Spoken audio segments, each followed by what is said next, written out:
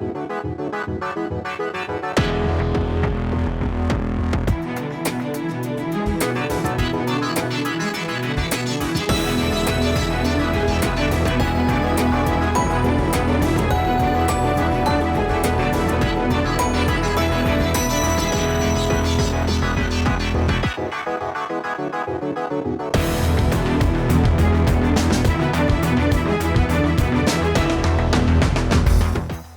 everyone, thanks once again for joining us for this Sunday's edition of Alaska Weather.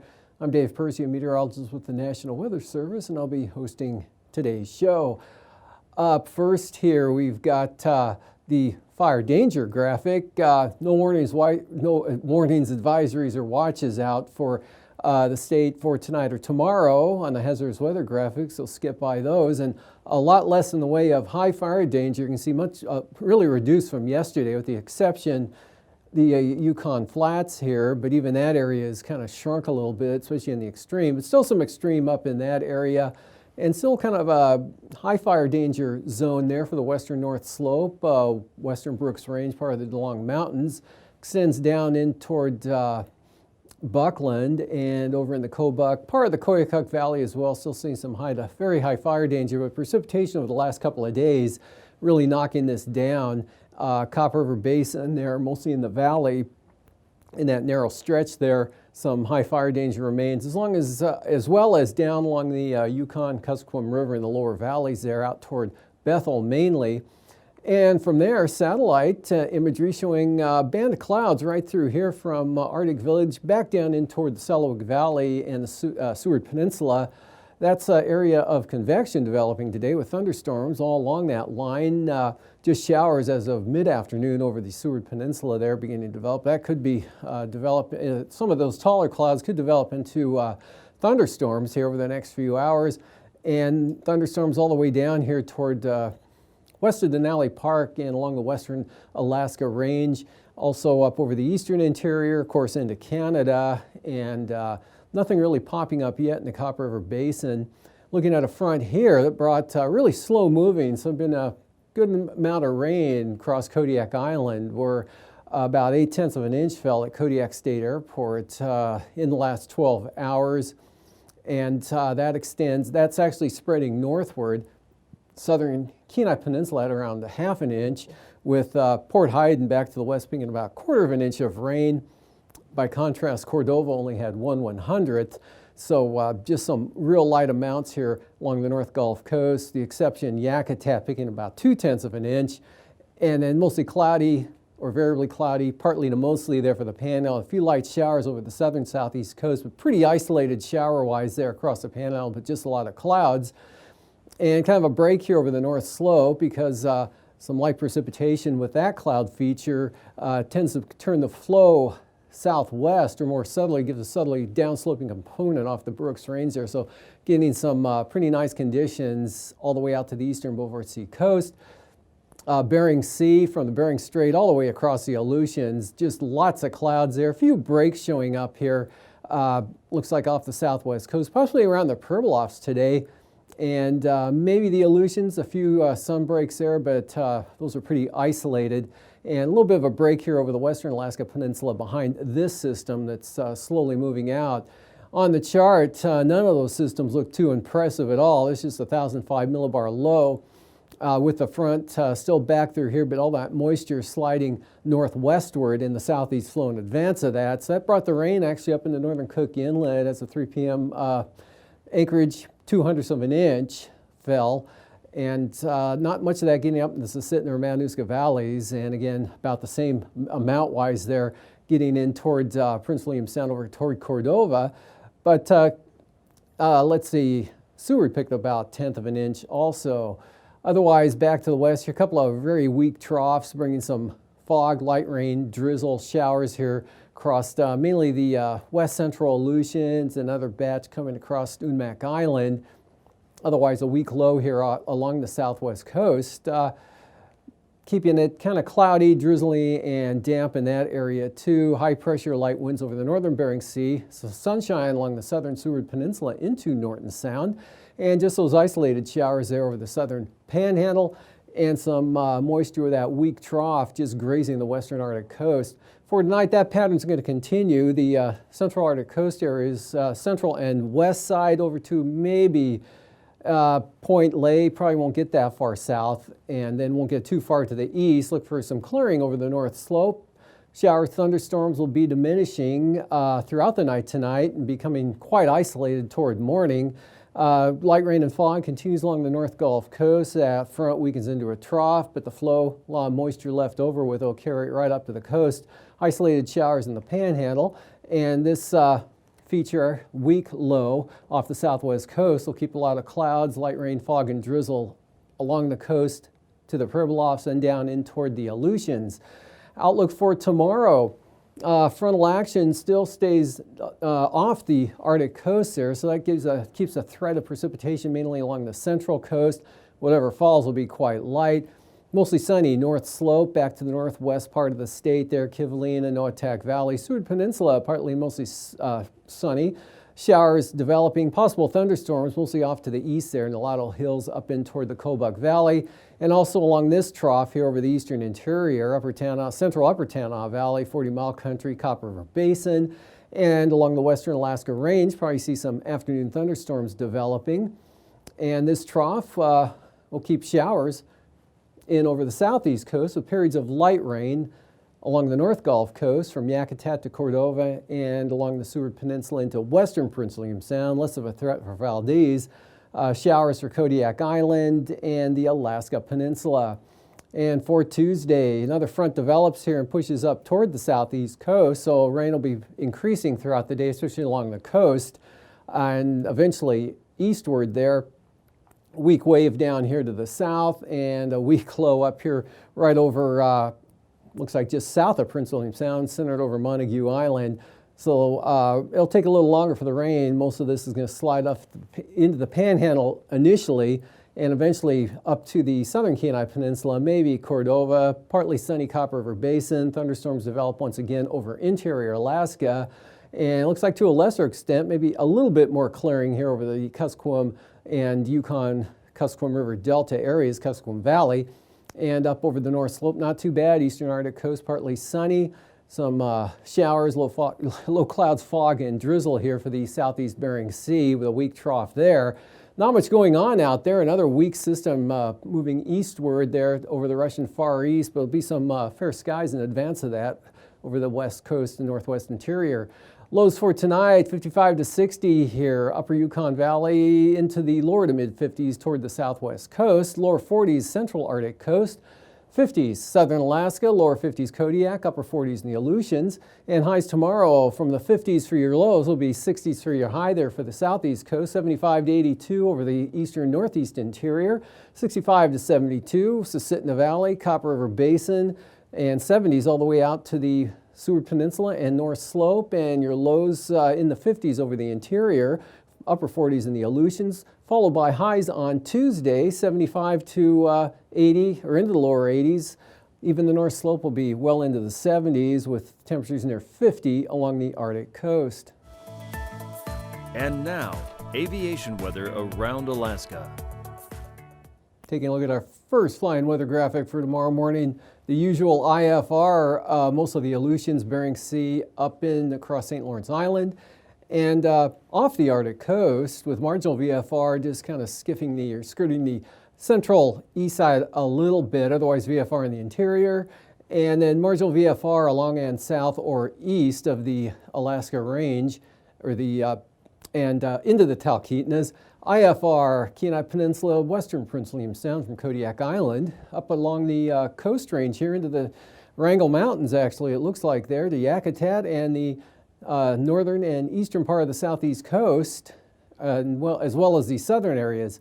And for the afternoon, big improvement out here somewhat there for the Bering Sea, still an area IFR here off the Yukon Delta coast down across the Pribilofs, and then from about Amchitka Island west to Shimianatu, marginal VFR Bristol Bay inland here over the southwest a little bit, and up along the eastern slopes of the western Alaska Range and the North Gulf Coast here, or the Coast Range, still has some IFR but not as much, and marginal for the Panhandle.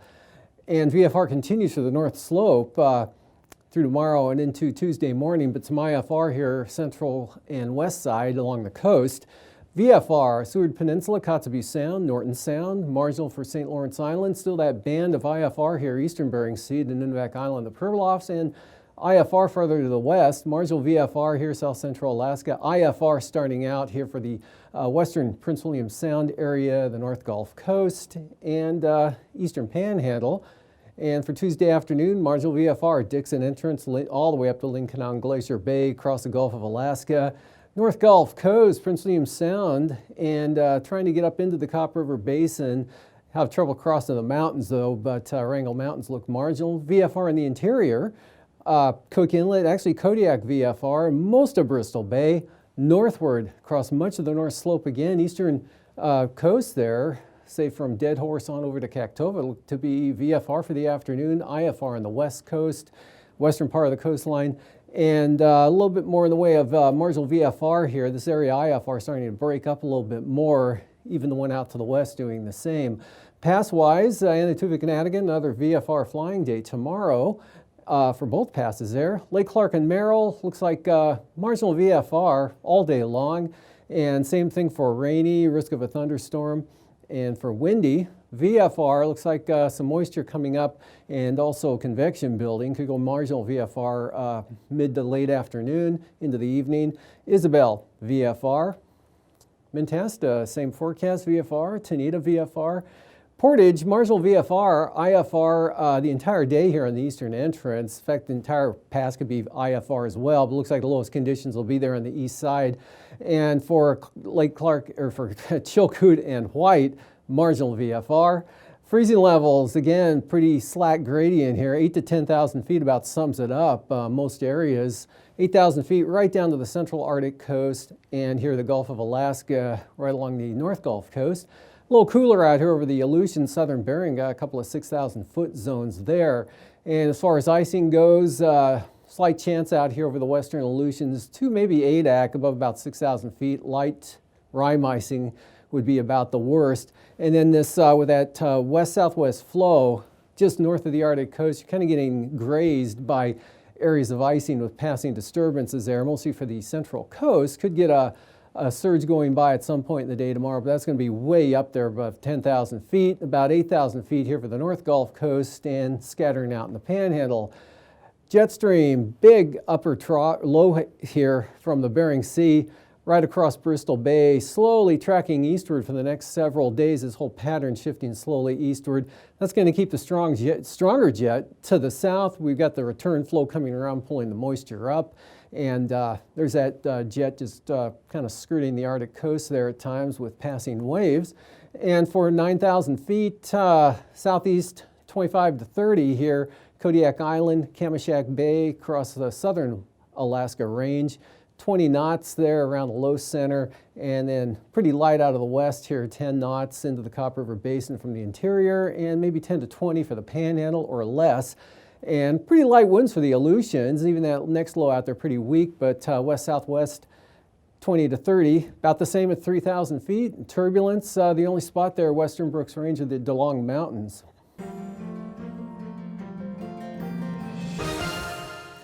Welcome back to another edition of Alaska Weather Facts. I'm meteorologist Dave Snider, and joining me once again is Eric Stevens from the Geographic Information Network of Alaska, or GINA, based at the University of Alaska Fairbanks. Eric, welcome back to the show. Well, Dave, it's great to be back. Thanks for inviting us again. Sure thing. And today we want to talk about identifying burn scars. That would be the burned up area after a wildfire when the flames and the smoke are gone. We can see it if you drive by it on the roadway, of course, but from satellite, we can also identify those places on the land, right? You know it. You know that expression, ouch, that's going to leave a mark? Yeah. After you bang your knee getting out of the car. You go, Oh, yeah. Well, the ouch, it's going to leave a mark, that also applies to the landscape. Whenever a wildfire ravages through, it's going to leave a mark on the landscape. After a wildfire burns out, this is called a burn scar. Okay. And you can ask yourself, well, that's interesting. We can see a burn scar from space. Right. Then the question is, well, why does that matter? Okay. Who cares? Yeah, fire's over. Right, the fire is over. We don't need to worry about this anymore. It turns out you kind of do, because burn scars are important. There's this old rule of thumb in the weather business that flood follows fire. Okay. The action of the fire in killing off the vegetation, in baking, kiln drying the landscape a little bit, can hinder the land's ability to absorb rainfall. So if you have a fire, especially if it's in complex mountainous terrain, this is classic in California. It can happen somewhat in Alaska too. You get a wildfire in steep, hilly, or mountainous terrain, rips off all the vegetation off the landscape. Then 6 months later, there's a big rainstorm, and you get a flash flood in that area. So flood can follow fire. That's why you got to know where the burn scars are. Secondly, a fire needs fuel to maintain itself. So if there's an old burn scar left over from a year or two ago, and then another summer later here in Alaska in the interior, it's a big wildfire season. If there's a fire advancing toward an old burn scar, well, guess what? That old burn scars can be tougher terrain for that new fire to get through because there's not as much fuel in that burn scar. So they almost act like a natural fire break. These are a couple of reasons why you need to know where those burn scars are. Alaska Fire Service has limited resources. They want to put their people and their equipment where it does the most good. They need to know, well, this is an area where there's no burn scar. We better put people here because that fire could really run. So really important for weather forecasters and fire weather forecasters for sure. Oh yeah. But then how do weather satellites actually detect those burn scars? Ah, good question. Thanks. Well, let's turn the Wayback Machine to the summer of 2015. That was a very active year. We've got a picture here taken up in the White Mountains. This is one of the fires in progress that summer, and if you look real close, you can almost see Frodo throwing the ring into the volcano there. So that's quite the vision. Well, let's look at a visible image. Here we are in Alaska's interior. This is before the fires got out of the cage in early summer of 2015. Let's zoom into the western interior here. Again, this is a weather satellite image of visible light, what the human eye can see. We're into the middle reach of the Yukon Valley there in the western interior, Galena area. And this is just a beautiful visible day. Nothing much going on. It's in early June before the fires really got active. But then in 2015, the fires got loose, especially in that western interior. Here's another image. The same satellite pass as that visible image, but now we're not quite looking at visible light. Very different. There's a slight change here. This image incorporates something called the veggie band.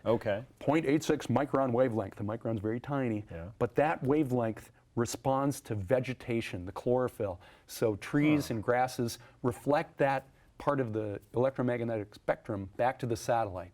And so the satellite sees that. When signal comes at that wavelength to the satellite, we know, there's some vegetation growing there. This is great. You can identify coastlines so easily because you go from vegetation to water. Turns out if you have a burn scar, guess what? You burned away the vegetation, so that's going to show up. We're going to do a before, during, and after kind of look here. And so we're looking at before. So in this image, we got a lot of green out there. That's wonderful. Another fun thing about this kind of imagery is you can see down in the Alaska Range in the southeast corner of the image, it's blue. That's glaciers and snow in the mountains. So this is not really what the human eye can see. This is these wavelengths are beyond human vision, but we've made them look certain colors. So the vegetation looks green. Now let's look at that same kind of satellite recipe, but during the fires. This is in July. The fires are loose. You can see the smoke in the middle of the image, the smearing look of the smoke, and then we can see some clouds that are white. Icy clouds are blue. So this is in July of 2015. The fires are doing their thing. We're burning up millions of acres. Now let's go to September. The fires are out. The audience has left the theater. You know, the event's over, right? We're done. But guess what? Now look at those brown patches. All of those places are where the fire has burned away the vegetation. So you can see where the fires were. You can add up these perimeters, get acreage burned and such. And so that's good to know. Now remember, flood follows fire, and these are also natural fire breaks. So you need to know where these guys are. In the course of the 2015 summer season, we went from before with not much burn scar in this area to just a couple months later, we can see so much burn scarring on the landscape. What's interesting too about the satellite and looking at burn scars is you realize that burn scars are the gift that keeps on giving. You can forget that a couple of years ago maybe there was a fire in a certain area, but the satellite won't forget. So in the summertime we get wildfires in Alaska, but guess what? In the visible imagery here we can see the burn scars just a little bit, but they're not as prominent as in that veggie band. But then you can't see them at all if you cover them up with snow, right? Exactly. So here's an image from the middle of the winter time. Wow. And snow on the ground by this recipe looks blue. Again, these are wavelengths of light that the human eye can't really see. We're getting up into the infrared, near infrared. And the way we've assigned colors is if there's snow on the ground or there's a glacier, it looks blue, kind of intuitive. So this is early April of the following year, 2016. Okay. We're just about to get into breakup. We've got a lot of snow on the ground, and now it's all going to melt. And as the snow melts, then you get our final image here. Doesn't this look familiar? This looks like a lot of what we saw in September of the previous summer. So this is the spring of the next year. The fires themselves might not have overwintered, they're gone, but the fire scar does. And as the snow melts away, and then you have breakup, and then you have green up, whenever the leaves come out, the grass comes back, except in the burned areas, they're having a tough time because everything got burned off the previous year. So you can see these scars even the next summer, multiple years. It depends on what kind of vegetation there is. You know, some of the tussocky tundra grasses, they'll grow back really quick, but to get a forest to come back, that'll take much longer. So these burn scars, eventually the landscape will fill in the burn scar. It will heal itself, if you want to use that metaphor. But for the next few years, you can still keep track of these on satellite. And again, the reason we want to do that is that the burn scar can facilitate a flood, and it can act like a fire break.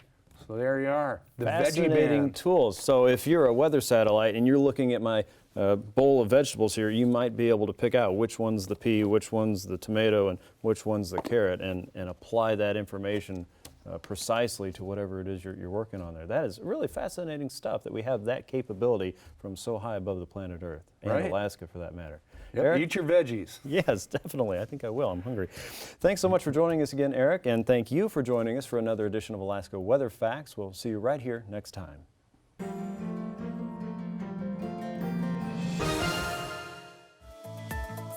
And now, marine weather around Alaska. Welcome back. Sea ice analysis for today, Sunday. Really not a lot of change from yesterday. Still some heavier ice here just along the Barrier Islands and north here, the eastern Beaufort Sea coast. Ice free on the west side, and not a lot of change for the next 5 days. Ice fields will just kind of shift around with the currents and whichever way the wind blows.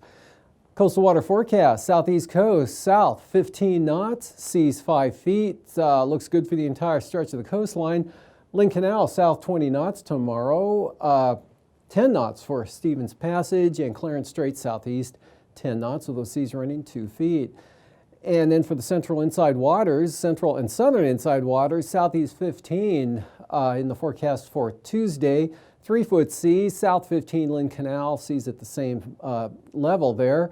And south to southeast 20 knots on the south coast, 6 to 7 foot seas, southeast 20 knots on the north coast.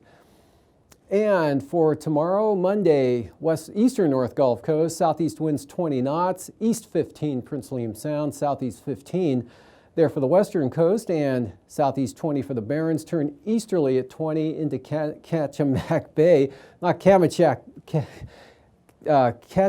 Bay, I'm sorry. Northeast 20 for Cook Inlet. Seas 5 to 7 feet. It's a little bit of a breeze picking up for the inlet. That'll fall back a little bit on Tuesday. Northeast 15 north of the Forelands, otherwise north 15. 4-foot seas there. Southern Cook Inlet, northeast at 15 there for Kachemak Bay or Kamishak Bay. Gosh, I got Homer on my mind. Southeast 15 for the Barren Islands, and northeast 15 for the western North Gulf Coast. Kick up to small craft advisory levels here for the east side there. 25 knots, 7-foot seas. Northeast 15 and 2-foot seas for Prince William Sound. Kodiak Island, east side, southwest 20. Shelikof Strait, southeast at about 15 knots. And Bristol Bay, southwest at 15. That'll extend all the way down the north side of the Alaska Peninsula. Pacific side from Cape Sarachef to Sitkinak, southwest winds 20 knots with 5 to 6 foot seas. Outlook for Tuesday, 20 knot winds from the west, 5 to 7 foot seas for the Alaska Peninsula. Bristol Bay, west 15, and 20 knot winds all the way up to Sitkinak out of the west. Same thing for the east side of Kodiak Island, west winds 20 knots and 15 knots out of the west for Shelikof Strait. Aleutians, western areas, southwest, 20 to 25 knots, strongest there west of Kiska Island for the small craft advisories. Central Aleutians, AKwx over to Unmak Island, west at 15, seas 2 to 5 feet, and 20 knot winds for Unalaska Island, still out of the west with 3 to 5 foot seas. And then for Tuesday, no change here. Westerlies 15 to 20 across the eastern Aleutians with seas 4 to 6 feet and southeast to 10. So laying down pretty good here for the central Aleutians, Adak on Tuesday. And then basically east winds over the western chain at about 15 knots. Southwest coast, south of Nunivak Island, west 15, north side, northeast at 20, west 20 for the Pribilofs, northwest 15 for St. Matthew Island, St. Lawrence Island, north 15, and light 10 knot winds out of the north for Norton Sound. And for Tuesday, west 15 for Norton Sound, southwest 20 for the St. Lawrence Island area, northwest 20 along the coast, and northwest 20 also for the Pribilofs, seas at about 4 feet, and west 20 for St. Matthew Island. Eastern Boulevard Sea Coast, east winds tomorrow, 10 knots, seas at about 2 feet, 15 knots for the Central Coast, 3-foot seas. And we got small craft advisories here for the west side all the way down to Cape Thompson for 25 knot winds, south 20 from Cape Thompson to Wales. And for Tuesday, southwest 15, Wales to Cape Thompson, pretty light here around the western capes, and then northwest 15 on the western coast. Now we've got westerly winds, 20 knots, a little bit more that front just to the north there, those series of easterly or westerly moving waves will kick the winds up a little bit on Tuesday there, mostly west at 20 knots, except over toward Demarcation Point, they'll be mostly from the southeast. For tonight again, there's that frontal boundary there that keeps sliding east and a little bit to the northeast. Otherwise, fair south of that, diminishing thunderstorms, showers over the interior. Light rain continues, chance of, periods of, there from the North Gulf Coast all the way down, turning to showers for Kodiak Island. And for tomorrow, much the same, thunderstorms over the interior developing. And for Tuesday, more rain slips on up into the southeast coast and eventually to the North Gulf Coast with no change over the interior. These forecasts are for planning purposes only. Call 1-800-WX-BRIEF for a formal pre-flight briefing. Always file a flight plan before you go flying. The U.S. Coast Guard Auxiliary urges you to leave a float plan with a friend or the harbor master before you go boating.